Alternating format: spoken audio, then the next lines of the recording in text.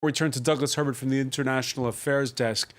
First day of school, adding another layer of pressure here. Another layer of pressure. And, because there's been a whole sort of narrative here, at least among Beijing officials and among Hong Kong executives, hoping that once the school season opened, the universities opened, the students went back to classes, because they're predominantly, this is a young student-based movement, if not all, it would die down. It would fizzle out. So they were sort of banking on the calendar to work in their favor, they being the officials.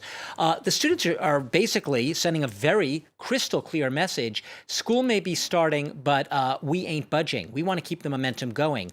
Yeah, they say learning's important, classroom study's important, but they believe they also have a civic duty to do what they've been doing over the past 13 weeks, which is going out onto the streets. As one of the banners had it, with no future, there's no need to go to class. What does that mean? It means that there's a real sentiment among most of those the students out there, if not all of them, that there has been, even if they're too young to remember it, a real erosion of the freedoms, the special freedoms that Hong Kong has enjoyed since the British returned control of this territory to China back in 1997. This one country, two systems looks to them more like one country, one system. It's that Chinese encroachment that they are protesting right now. Now, the education secretary in Hong Kong says that that the classroom isn't a place to make political demands or try to put pressure on the government. Well, the students who are showing up there beg to differ. They say this is they have a duty to do this, and they will continue doing it. Last week we saw, Doug, that very publicized troop rotation across Yes.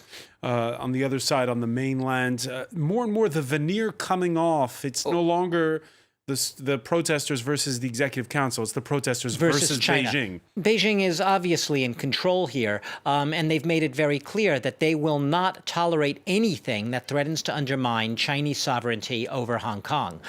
You called it a rotation. There is actually even questions out. There's been some images suggesting that no one actually left the garrison. There's a People's Liberation Army garrison in Hong Kong. We know that. Thousands of soldiers for most of the 20 years since this handover, 20 plus years, they remain very much barracked in there. They do not exit.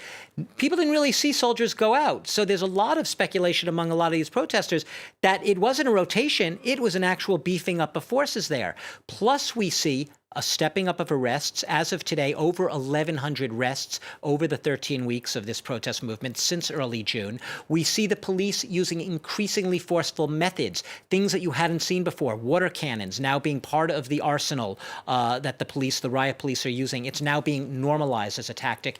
More and more talk of will Carrie Lam, the Hong Kong chief executive, perhaps even ask the People's Liberation Army at a certain point to help her out in quelling these protests. She has offered dialogue, which the protesters say is not dialogue. It's a mockery of dialogue, because she's not willing to meet any of their demands. So the question now is, her pressure, she's really not the one calling the shots. China is. How long will Hong Kong police be able to actually keep things from spiraling out of control? And if they're perceived by the mainland, Francois, as losing control or not being able to contain or put down these protests, restore law and order, in quotes, does the Chinese army move in? In the past, we said, nah, China's too concerned about tarnishing its global image. It wouldn't do that. It's going to rely on Hong Kong police to do their dirty work. Not so sure anymore. As each day gets by, this is a very authoritarian regime, and Xi Jinping does believe he has a certain sense of righteousness, and he believes that it is his duty and his obligation to suppress protesters that, from their standpoint, are terrorists